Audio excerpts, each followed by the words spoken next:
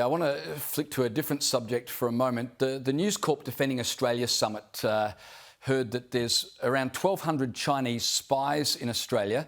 This is according to a former spy who goes by the name of Eric. Is this a surprise to you? And what, if anything, should Australia be doing about it?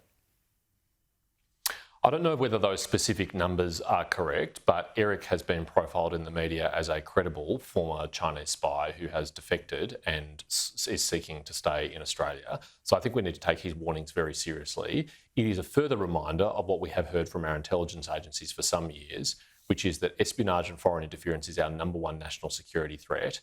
And I can also say that China is the number one source of that threat, and that daylight comes second. It is an overwhelming and serious threat. They are intervening at every level of our country and democracy, and they intend to do us real harm. Now, what does that require of us in return? Steely resolve to defend Australia and our democracy. And I wish I had confidence that this government always did so, but often you see them putting the bilateral relationship with the People's Republic of China ahead of defending our country, like when the Prime Minister has repeatedly failed to raise with his counterpart the issues of the irresponsible and dangerous behaviour of the People's Liberation Army towards Australian service personnel.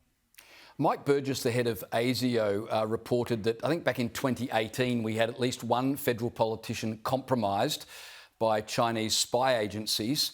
How can we be sure this is not going to happen again when it's pretty clear that there's a lot of espionage activity taking place? We can't be sure, and in fact the history of the Cold War is lots of people betrayed our country, probably including sitting politicians, most of whom got away with it and were never prosecuted for it, and that is a national shame.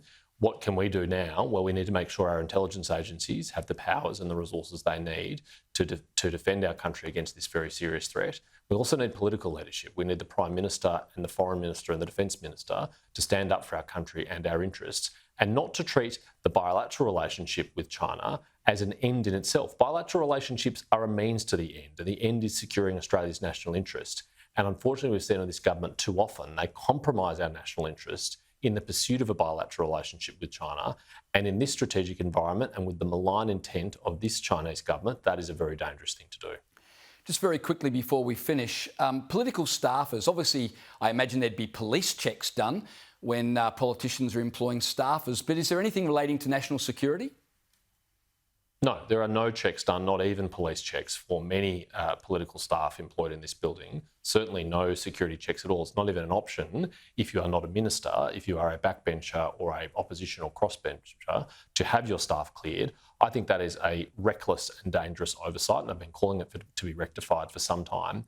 Even if you're a member of the Intelligence Committee, you can't have your staff cleared. That's insane when we know there are people in the United Kingdom right now facing charges who are alleged to be spying on behalf of China, who were working for UK politicians and using that privileged position allegedly to aid the interests of China and not the interests of the United Kingdom. That could be happening here, but we're none the wiser because we're not adequately checking and clearing these staff. Unbelievable stuff. James Paterson, thank you for your time. I really appreciate it.